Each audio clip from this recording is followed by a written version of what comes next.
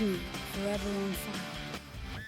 ಸಿದ್ದರಾಮಯ್ಯ ವಿರುದ್ಧ ಲೋಕಾಯುಕ್ತದಲ್ಲಿ ಎಫ್ಐಆರ್ ದಾಖಲಾಗಿದೆ. ಮೈಸೂರಿನಲ್ಲಿ ಸಿಎಂ ಸಿದ್ದರಾಮಯ್ಯ ಇದಕ್ಕೆ ಸಂಬಂಧಪಟ್ಟಂತೆ ಪ್ರತಿಕ್ರಿಯೆ ಕೊಟ್ಟಿದ್ದಾರೆ. 17A ಪ್ರಕಾರ ತನಿಖೆ ಮಾಡಿ ವರದಿ ಕೊಡಿ ಅಂತ ಕೋರ್ಟ್ ಹೇಳಿದೆ. ಅದರ ಪ್ರಕಾರ ನನ್ನ ಮೇಲೆ ಎಫ್ಐಆರ್ ಕೂಡ ದಾಖಲಾಗಿದೆ. ಕೇಂದ್ರ ಸಚಿವೆ ನಿರ್ಮಲಾ ಸೀತಾರಾಮನ್ ಮೇಲೂ ಕೂಡ ಎಫ್ಐಆರ್ ಮಾಡಿ ಅಂತ ಈಗಾಗಲೇ ಕೋರ್ಟ್ ಹೇಳಿದೆ. ಚುನಾವಣಾ ಬಾಂಡ್ ಮೂಲಕ ಸುಲಿಗೆ ಮಾಡ್ತಾ ಇದ್ರು.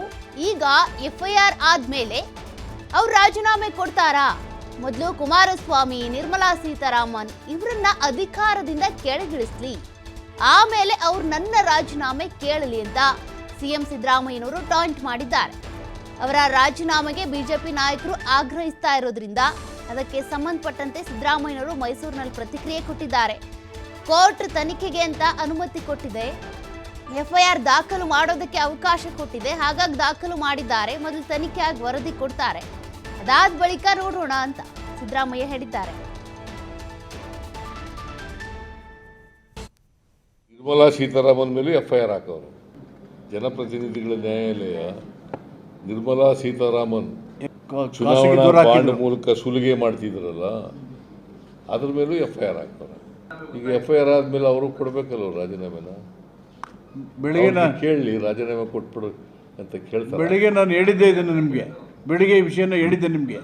ಲೋಯರ್ ಕೋರ್ಟ್ನವರು ತೀರ್ಮಾನ ತಗೊಂಡಿದ್ದಾರೆ, ಸ್ಪೆಷಲ್ ಕೋರ್ಟ್ನವರು ಅಲ್ಲ, ಇವರು ರಾಜ್ಯಪಾಲರು 17A ಎಂಕ್ವೈರಿ ಮಾಡಿ ರಿಪೋರ್ಟ್ ಕೊಡಿ ಅಂತ ಹೇಳಿದ್ದಾರೆ.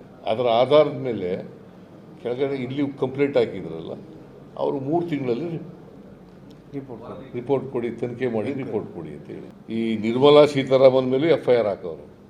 ಜನಪ್ರತಿನಿಧಿಗಳ ನ್ಯಾಯಾಲಯ ನಿರ್ಮಲಾ ಸೀತಾರಾಮನ್ ಚುನಾವಣಾ ಬಾಂಡ್ ಮೂಲಕ ಸುಲಿಗೆ ಮಾಡ್ತಿದ್ರಲ್ಲ, ಅದ್ರ ಮೇಲೂ ಎಫ್ಐಆರ್ ಹಾಕೋರು. ಈಗ ಎಫ್ಐಆರ್ ಆದ್ಮೇಲೆ ಅವರು ಕೊಡ್ಬೇಕಲ್ಲ ರಾಜೀನಾಮೆನ.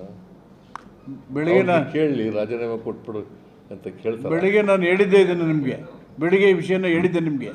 ಲೋಯರ್ ಕೋರ್ಟ್ನವರು ತೀರ್ಮಾನ ತಗೊಂಡಿದ್ದಾರೆ, ಸ್ಪೆಷಲ್ ಕೋರ್ಟ್ನವರು ಅಲ್ಲ, ಇವರು ರಾಜ್ಯಪಾಲರು 17A ಎಂಕ್ವೈರಿ ಮಾಡಿ ರಿಪೋರ್ಟ್ ಕೊಡಿ ಅಂತ ಹೇಳಿದ್ದಾರೆ. ಅದರ ಆಧಾರದ ಮೇಲೆ ಕೆಳಗಡೆ ಇಲ್ಲಿ ಕಂಪ್ಲೇಂಟ್ ಹಾಕಿದ್ರಲ್ಲ, ಅವರು 3 ತಿಂಗಳಲ್ಲಿ ರಿಪೋರ್ಟ್ ಕೊಡಿ, ತನಿಖೆ ಮಾಡಿ ರಿಪೋರ್ಟ್ ಕೊಡಿ ಅಂತ ಹೇಳಿ. ಈ ನಿರ್ಮಲಾ ಸೀತಾರಾಮನ್ ಮೇಲೂ ಎಫ್ಐಆರ್ ಹಾಕೋರು. ಜನಪ್ರತಿನಿಧಿಗಳ ನ್ಯಾಯಾಲಯ ನಿರ್ಮಲಾ ಸೀತಾರಾಮನ್ ಚುನಾವಣಾ ಬಾಂಡ್ ಮೂಲಕ ಸುಲಿಗೆ ಮಾಡ್ತಿದ್ರಲ್ಲ, ಅದ್ರ ಮೇಲೂ ಎಫ್ಐಆರ್ ಹಾಕೋರು.